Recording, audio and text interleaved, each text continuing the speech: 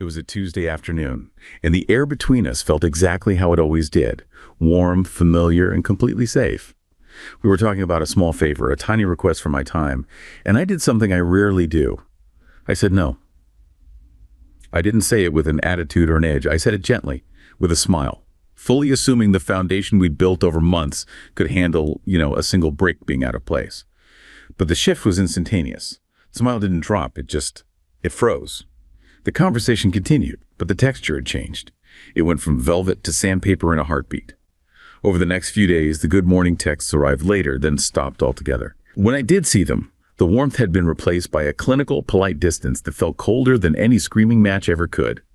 I found myself sitting on my sofa, staring at my phone, performing what I call emotional CPR, typing out 3 different versions of an apology for a boundary I knew I needed to keep. I was actually ready to trade my self-respect just to buy back the temperature of the room. That's when it hit me.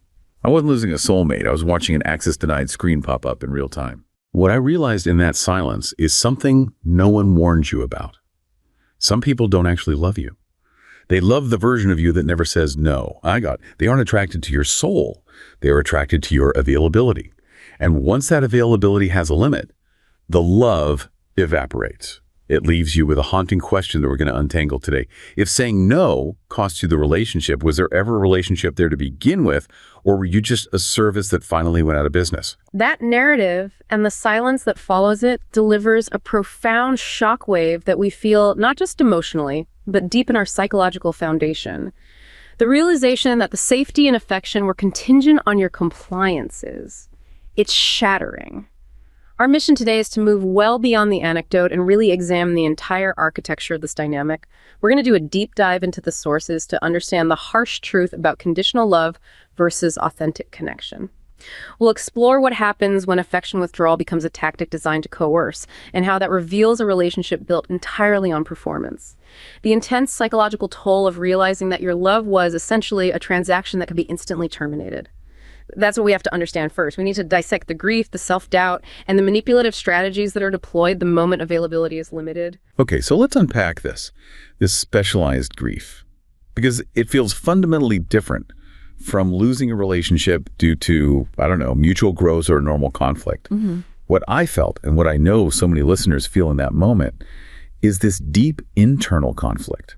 You're grieving the idea of the relationship, the security you thought you had, but you're also mourning a realization that the affection was just rented, not owned. It's the grief of an illusion shattering.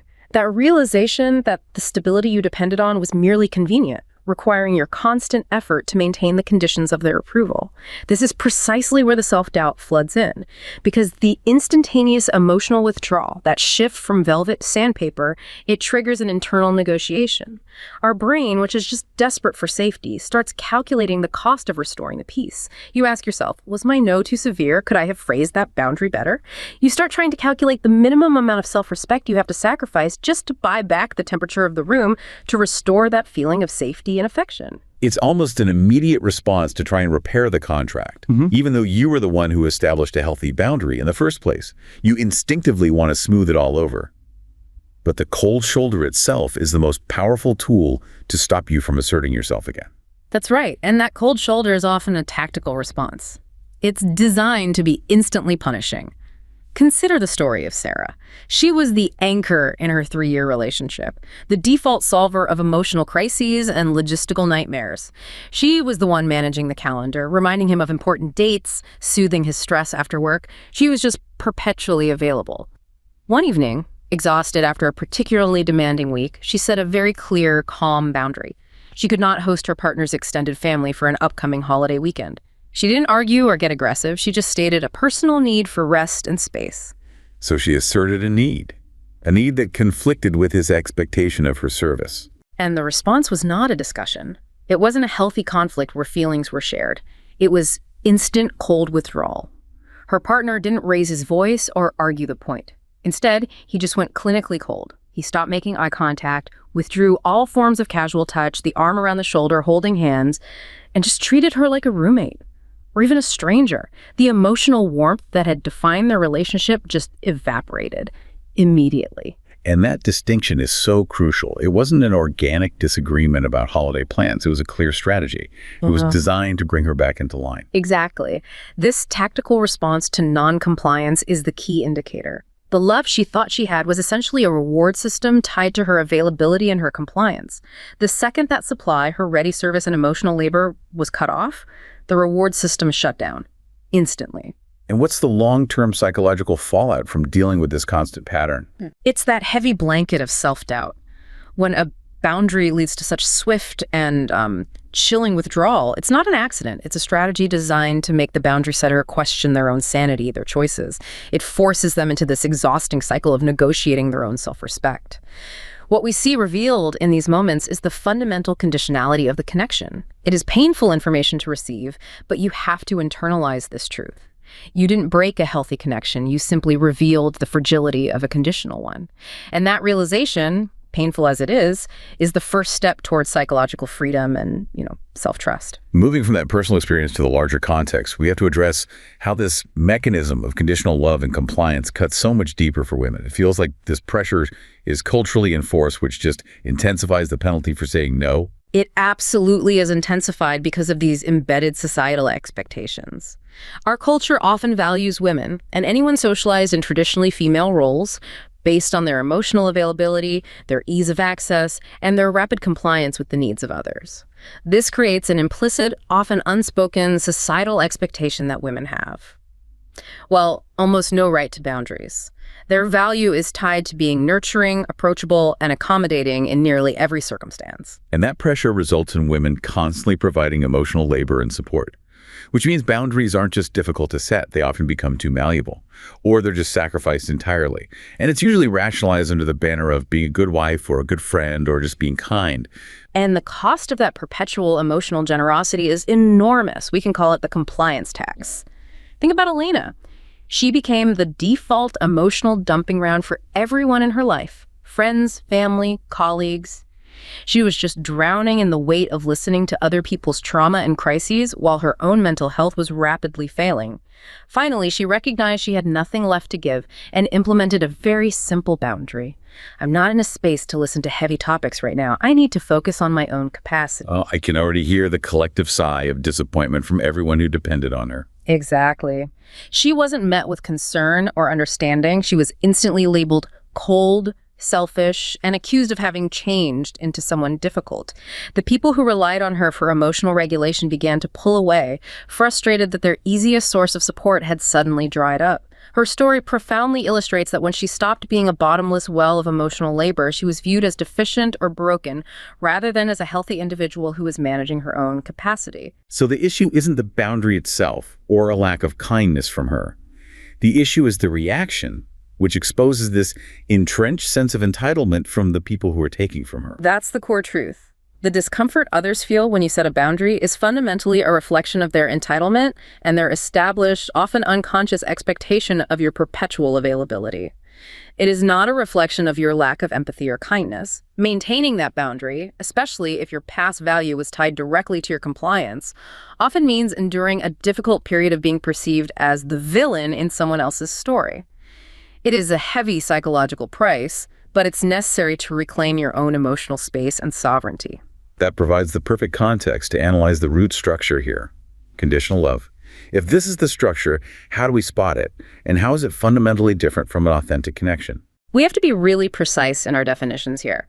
Conditional love operates on the premise, I will love you if, or I will love you when. These conditions might be highly visible, like achieving career success or maintaining a certain appearance, or they can be very subtle.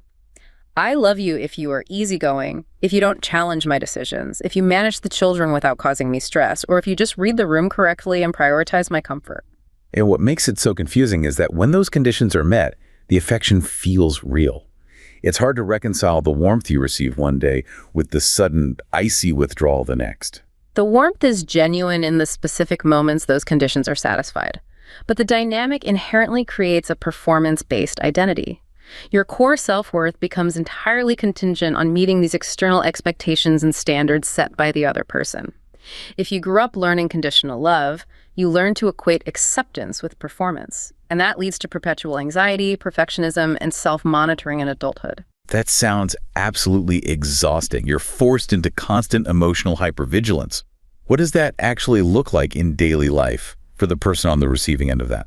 It manifests as a constant scanning of the environment. Emotional hypervigilance means you are perpetually monitoring and managing others' emotions and reactions to anticipate needs and maintain approval. This looks like carefully crafting texts before sending them, analyzing the partner's tone of voice when they walk in the door, preemptively tidying or preparing a meal just to avoid a potential moment of conflict, or quickly shaping your own personality and opinions to match the dominant mood of the room. This process is so automatic in adulthood that it becomes invisible to the performer. And here is the critical sign of being in a conditional bond. If you learn that love disappears the moment you stop pleasing others, any conflict, even a minor disagreement or a simple boundary, feels like an existential threat to the relationship itself. And that constant performance, that fear, it's sustained by entitlement. If conditional love is the structure, then entitlement is the engine that drives the punishing withdrawal we were talking about earlier. Let's formally define relationship entitlement. Right. Relationship entitlement is the core belief or expectation that one deserves specific privileges or benefits from a partner, regardless of reciprocity. It often leads to a complete disregard for the partner's needs, feelings, or autonomy. This individual genuinely believes the world, or specifically their partner, owes them privileges they did not rightfully earn or reciprocate. Research consistently shows that an excessive sense of entitlement lowers intimacy, increases conflict, and critically decreases overall relationship satisfaction for everyone involved. I understand that research often breaks this down into different types. Which one is driving this coercive withdrawal we're seeing? While we see various forms, the most destructive one we need to focus on here is excessive entitlement. Some call it inflated or pathological entitlement. This is a highly harmful form where the person focuses exclusively on their own needs, ignoring the feelings and essential needs of their partner entirely. They are emotionally myopic. So it's not just expecting a nice dinner occasionally. It's demanding constant attention, constant emotional labor, or special treatment without any attempt at reciprocity or recognition of the partner's capacity. Exactly. That demanding, non-reciprocal behavior creates a severe power imbalance. One partner's needs are always prioritized, while the other feels helpless, unheard, and their boundaries are consistently overlooked. This excessive entitlement acts as the primary driving force behind the punishing silence you experience when you finally say no. The withdrawal isn't a reaction to the boundary itself, it's a reaction to the failure of the partner to comply with the entitled expectation. The moment you fail to serve, the emotional tap is shut off. And when that entitlement is threatened by a boundary, the most effective weapon used to coerce the boundary setter back into compliance is guilt. We really need to be able to identify when guilt is being used as a tactical tool. We absolutely do. Guilt is so powerful because it preys directly on our innate human empathy and compassion. It's vital to differentiate between healthy guilt, a constructive signal that motivates accountability after a genuine mistake, and toxic or weaponized guilt, which is solely a manipulation tactic used to coerce behavior and suppress the individuality or autonomy of the victim. So toxic guilt is purely about creating and maintaining that power imbalance. What specific tactics should listeners be keenly aware of when guilt is weaponized against them? There are 3 common tactics that exploit our compassion. The first is inducing responsibility. This is when one partner implicitly or explicitly suggests that the boundary setter is directly responsible for the manipulator's unhappiness, distress, or discomfort. They deflect their own emotional regulation onto you. So, for example, if I say, I need a night alone, they imply that my choice is the direct reason they are now miserable and alone. Precisely. They create a causal link. Your boundary equals my pain, and therefore you are responsible for fixing my pain. The second tactic is withholding affection or conditional affection. Love and approval are systematically deployed only when the partner conforms to demands.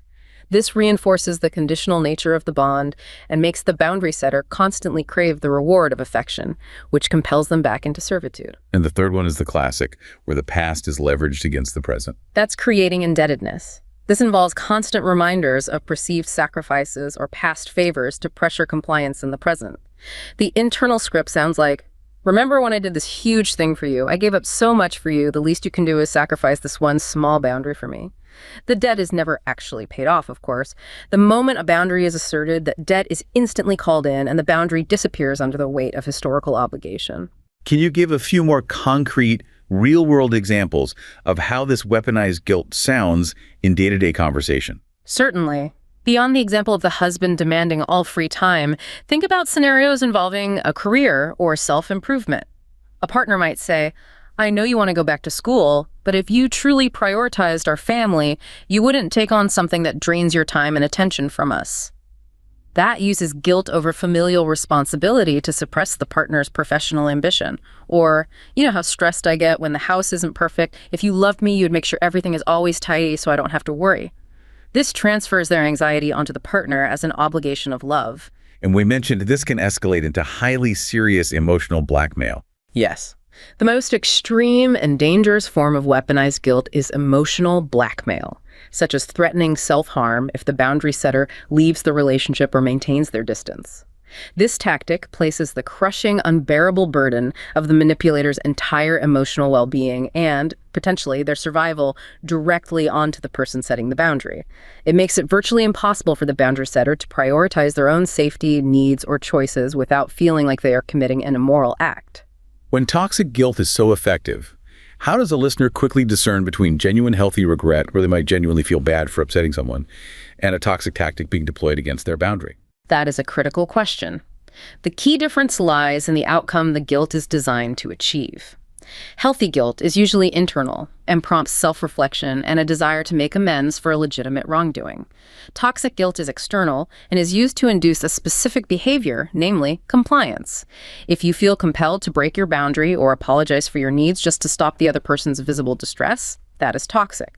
If the person weaponizing the guilt refuses to take any responsibility for their own feelings or offer solutions other than you breaking your boundary, it's manipulation.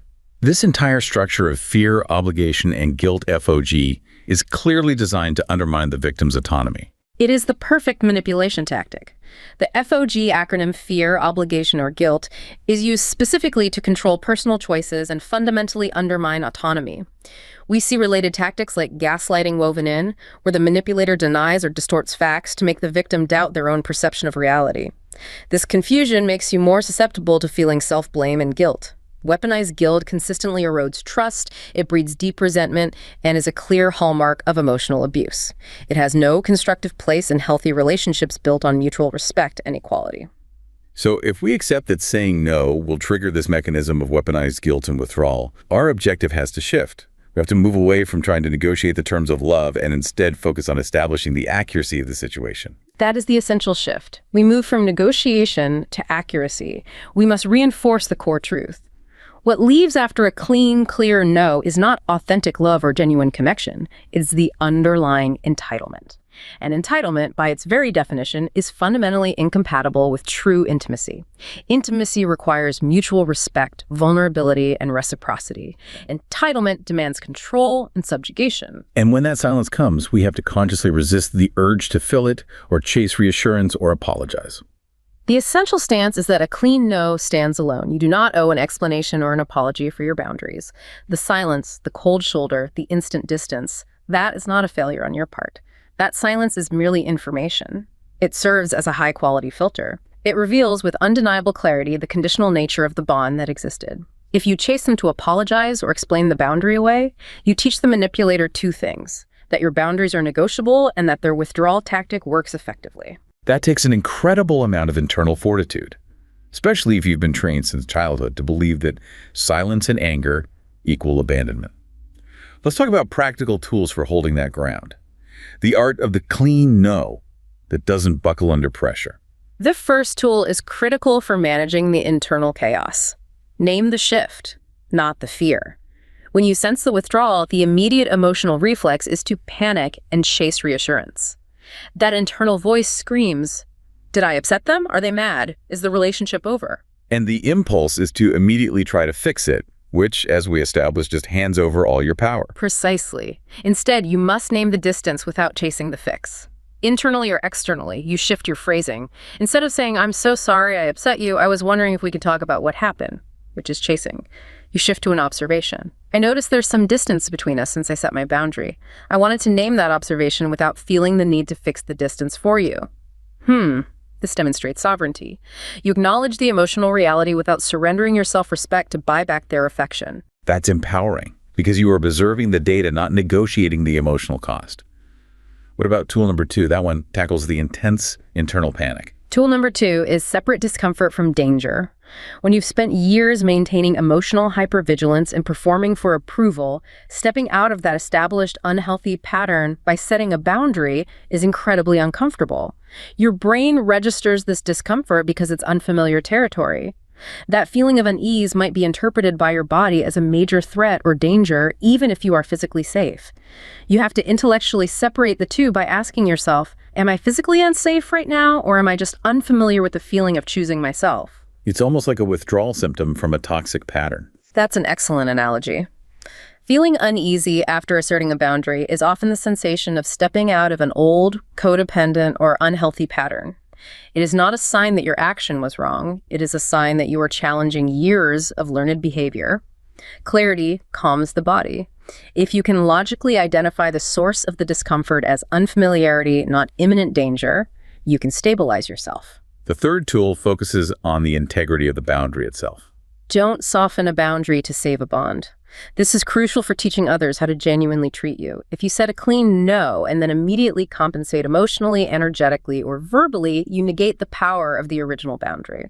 What does softening look like? It looks like over-explaining your reasons, sending 5 follow-up texts, performing extra favors the next day, or acting overly cheerful and solicitous to mitigate their negative reaction. You are essentially teaching them that the boundary is negotiable if they just pout hard enough. A clean no must stand alone, unwavering, regardless of their reaction. And finally, how do you manage the resulting interpersonal awkwardness without giving ground or, becoming cold yourself? That's warmth, without reopening the door. You can remain kind. You can maintain basic presence and civility. You do not need to become hostile or cold yourself to enforce the limit. However, you absolutely do not reopen the access you just closed. If your boundary was about time, you are still pleasant and responsive in other ways, but you do not fill the requested time. Maintaining kindness and presence without providing access to the thing you denied is the very definition of emotional maturity in this context. It allows the manipulator to be uncomfortable with your boundary while you remain steadfast in your self-respect and your inherent worth. This framework shifts our entire understanding of internal self-worth. It moves from the pathological excessive entitlement that drives manipulators to a healthy form of self-assertion we can embrace. Absolutely. We need to introduce assertive entitlement as an adaptive, crucial component of emotional well-being. Unlike the pathological version, assertive entitlement is the ability to accurately estimate what one can reasonably expect and confidently pursue those needs and rights from a relationship, all while explicitly respecting the partner's own boundaries and opinions. It's not about taking more, it's about knowing your worth and ensuring a fair exchange. This healthy form of entitlement is essential for high self-worth and life satisfaction. It fundamentally reframes boundaries entirely, making them a constructive part of the relationship, not some destructive obstacle. Boundaries become a love language, first, to yourself as a crucial form of self-care and respect, and second, to others as a detailed map of how they can genuinely love you better without guessing. The act of setting boundaries promotes better self-esteem, it conserves that vital emotional energy that was previously spent on hypervigilance, and it fosters independence and personal agency. It allows you to show up as your authentic self rather than your performing self. And this framework shows its long-term benefit most clearly when it acts as a filter. We have the story of Maya that perfectly illustrates the profound difference between a conditional response and an authentic one. Maya had been in a long-term relationship where she felt an unspoken pressure to constantly shrink her ambitions to maintain domestic peace. When she decided to pursue a high-intensity career path that required firm boundaries around her time and emotional energy, a hard no to excessive availability, her partner gave her an ultimatum: either the old Maya, who was constantly available, or the job. She chose herself and the career. That initial loss, that quiet, hollow space, that's what terrifies people into backing down. For months, she lived in that lonely reality we fear when we assert a hard no. But when she eventually met someone new and stated those same high-demand boundaries early on, the reaction was completely different. Instead of anger, withdrawal, or an ultimatum, there was curiosity. Her new partner asked thoughtful questions about her schedule and her needs. Instead of resentment, there was adjustment. He saw her limits not as obstacles to his happiness, but as a mat of how to love her successfully. So that initial firm no that caused the painful loss acted as a high-quality filter. It did. It filtered out the conditional connection that demanded servitude and made space for an authentic one. This highlights a universal truth. The long-term benefit of refusing to compromise your boundaries to keep a conditional bond is that you make space for a relationship characterized by genuine mutual respect. True intimacy is not the absence of boundaries, it is the mutual respect for them, which provides a far more profound and resilient foundation. The experience of Maya and Elena leads us naturally into the next section because the exhaustion they experience, the lack of emotional energy that forced their boundaries, is often rooted in structural inequalities. We need to shift our focus from personal action to the larger systemic forces, specifically the gendered division of labor, which ties back directly to our initial discussion of compliance and emotional availability. It's a crucial shift. The reason boundaries around availability are so intensely punished is because in intimate relationships, especially heterosexual ones, gender roles often structure the expectations around who does what, particularly concerning invisible labor. This is where the concepts of the second and third shift become highly relevant to our discussion of emotional health. We know the first shift is the paid job outside the home. So let's define the other two, starting with the second shift. The second shift is the physical, unpaid domestic work, the cleaning, cooking, laundry, grocery shopping, and direct childcare tasks. Research has consistently shown that women partnered with men still perform significantly more hours of this physical household labor per day than men do, even in households where both partners work full-time. This enduring inequality is often normalized under traditional gender roles, obscuring the true, exhausting cost of this daily physical labor. But the second shift, at least, is visible. You can see the clean dishes or the clean laundry. The third shift is the invisible, crushing mental burden that often triggers the kind of burnout Elena and Sarah experienced. Absolutely.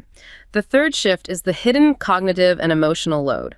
This includes the planning, coordinating schedules, anticipating needs, monitoring children's health and education progress, emotional caregiving, essentially the constant managerial and maintenance work required to ensure the daily needs of the household and its inhabitants are met smoothly.